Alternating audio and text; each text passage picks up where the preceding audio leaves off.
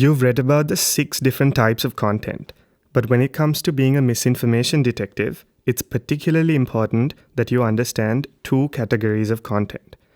What are they?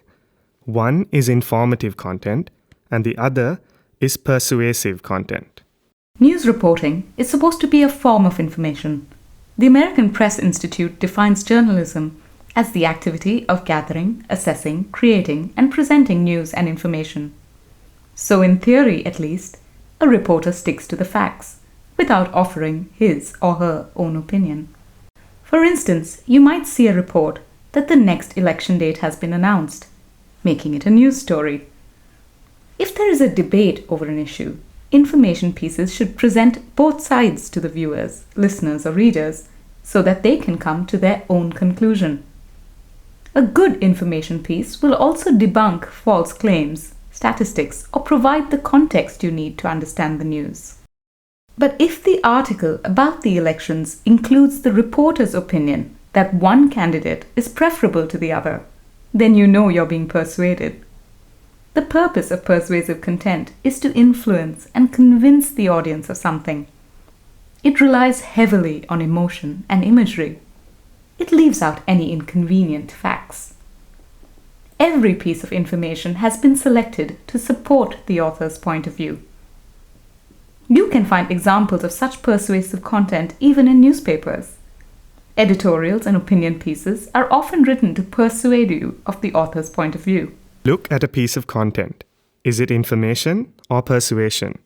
To help you separate one from the other, ask yourself, what was the goal of the person who made this content? What tools or techniques do content creators use? Remember that some types of content rely on an objective information, while some others are trying to prove a point or to inspire some action or reaction. How do they do that? They might trigger emotions like fear or present opinions as facts. Have you received a WhatsApp message that scared you? You may have noticed that it also asks you to take urgent action and to spread the information. Be wary of such messages. PR, advertising, propaganda, and opinion pieces are intended to persuade.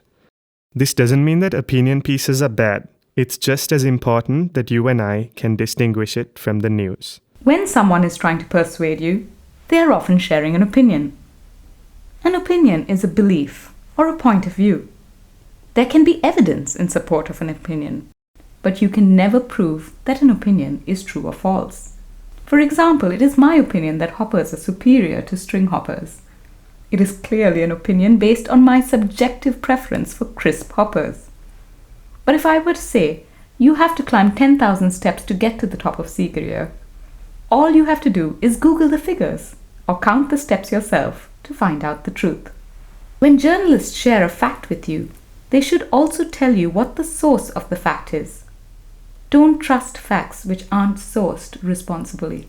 And when newspapers and other media share an opinion, it should be clearly labeled. Some outlets don't do a very good job of distinguishing news from opinion.